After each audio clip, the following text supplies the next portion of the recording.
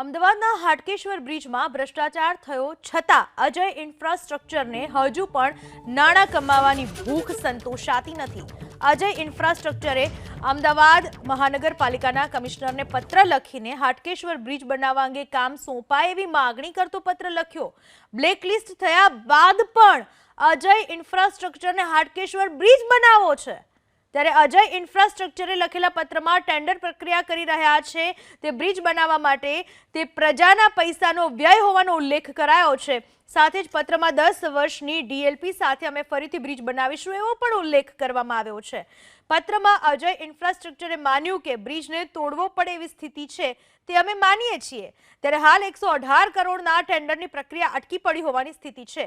1.5 મહિના પહેલા જ બ્રિજ મામલે રાજસ્થાનની કંપનીએ ચર્ચા બાદ હજુ પણ ટેન્ડર મંજૂર કર્યું નથી।